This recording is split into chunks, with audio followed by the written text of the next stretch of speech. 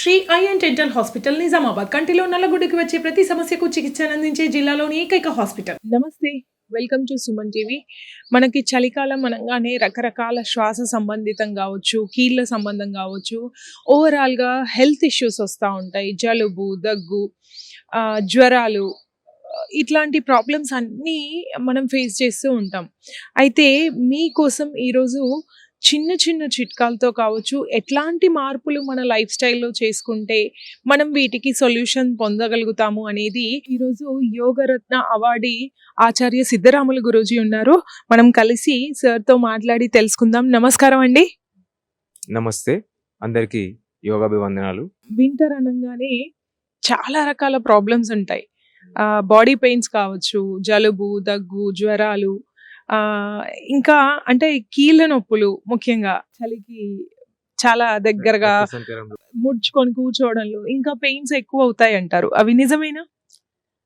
అయితే మామూలుగా వాటి కాలాల లోపల వాటి ధర్మాన్ని పాటిస్తుంటాయి. అయితే మనము మానవాళి ఏంటంటే దాని ఆ ప్రకృతికి సంబంధించినటువంటి నియమాలను తెలుసుకోకుండా ఏదైతే చేస్తున్నారో దాని వలన ఈ యొక్క హెచ్చు తగ్గులు, అధిక వేడి కావడం ఎండాకాలంలో, చలికాలంలో ఎంత అవసరం అంతకంటే ఎక్కువ కావడము, దానివల్ల తట్టుకునే స్థితి కోల్పోవడము. కారణం ఏంటంటే, ఒకటి ఈ రోజు లోపల చూసినా చేయండి అది ఇది అని సాధారణ అంటారు, కానీ అన్నిటికంటే ముఖ్యమైనది ఆహారం. దాన్ని దృష్టి పెట్టరు. ఈ ఆహారంతో పాటుగా అంటే దినచర్యలు మనం చిన్నప్పటి నుంచి చదువుకుంటాం. మనం ఆహారము, నీరు, గాలి మన జీవనానికి ఆధారం అంటారు. కానీ మన ఈ యొక్క హెల్త్ పాయింట్ ఆఫ్ చూసినట్టయితే ఆహారము, నీరు, గాలితో పాటుగా నిద్ర కూడా అది తప్పనిసరిగా పనిచేయాలి. అన్నీ ఈ 1/4 1/4 1/4 1/4 ఈ విధంగా కరెక్ట్గా తెలుసుకొని నియమాలను పాటించినట్టయితే అప్పుడు మన వ్యవహారం చక్కగా ఉంటుంది. ఎటువంటి వాతావరణానికైనా సరే తట్టుకునేటువంటి స్థితి మనకు వస్తుంది. ఎందుకంటే ఇంజన్, మన వాహనం లోపల ఇంధనం లేకపోతే నడదు, ఏదో ఒక ఇంధనం కావాలి.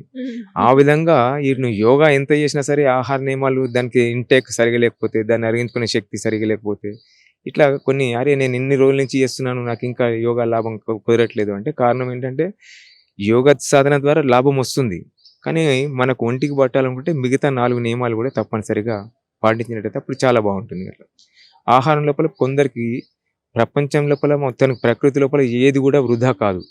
ఎవరికి ఎప్పుడు ఎంత ఎందుకు అది తెలుసుకుంటే సరిపోతుంది.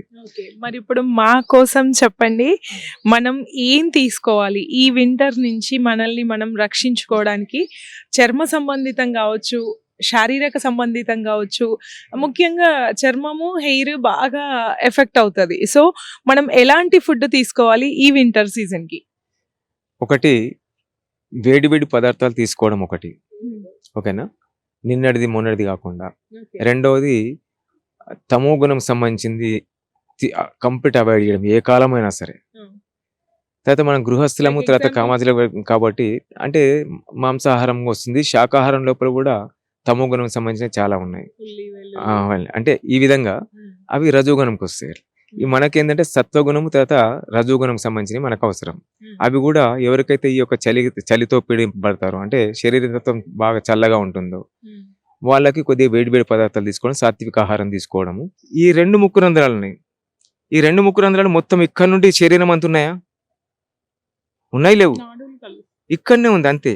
ఈ 2 రంధ్రాలు ఒక అంగుళం లోపల ఈ జంక్షన్, ముక్కుకి, కళ్ళకి, బ్రుగటికి, అన్నిటి కూడా ఈ జంక్షన్ కూడలి.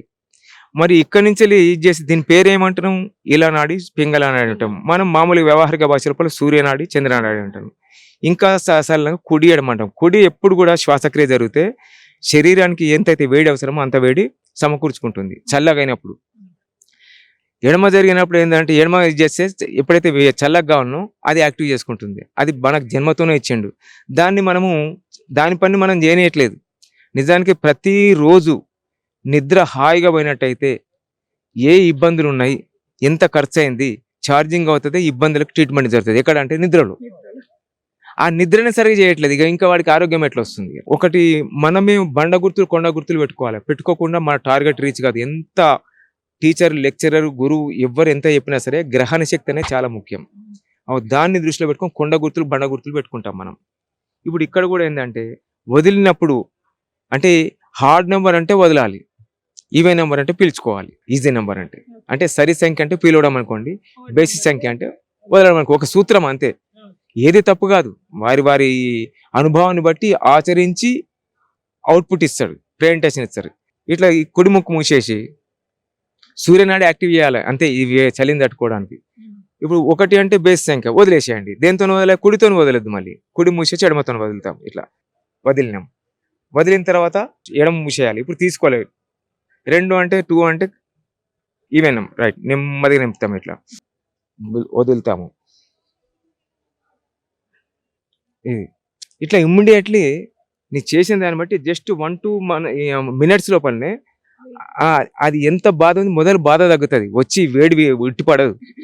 అదేందా 1 నిమిషంకి 6 శ్వాసలు అవుతాయి. ఇట్లా ఈ బేసిక్ సూర్య భేది ప్రాణాయామం అంటాం.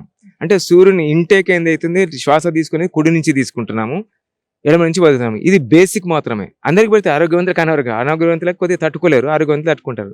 అయినా సరే వాళ్ళకు కూడా తొందరగా అనుభూతిలోకి వస్తుంది. ఈ కొందరు ఆల్రెడీ పేషెంట్స్ ఉంటారు అనుకోండి, వాళ్ళకి ఏం చేయాలి? వాళ్ళు ఎక్కువ ఎడం వైపు తిరిగి పడుకోవాలి.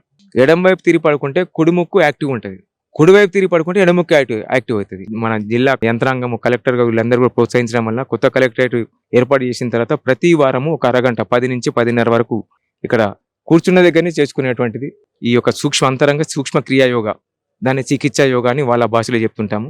ఆ భగవంతుడి దయ వల్ల వీళ్ళ యొక్క కలెక్టర్ గారు తర్వాత యంత్రాంగం సహకారం వల్ల చక్కగా కొనసాగుతుంది. కాబట్టి నాకు భగవంతుడు ఈ భాగ్యాన్ని కల్పించిండు.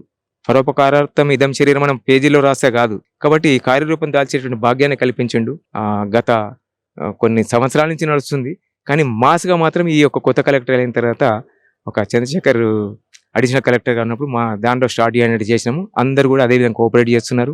ఆ యంత్రాంగాన్ని కూడా మరీ ఆరోగ్యం బాగా ఉండాలి, ఇంకా ఎక్కువ ఉత్సాహంగా కనపరచాలని, వారి ఆరోగ్యాలు శారీరకంగా కాకుండా మానసికంగా, బౌద్ధికంగా, ఆత్మికంగా ప్రతి ఒక్కరికి బాగుండాలని నేను కోరుతున్నాను భగవంతుని.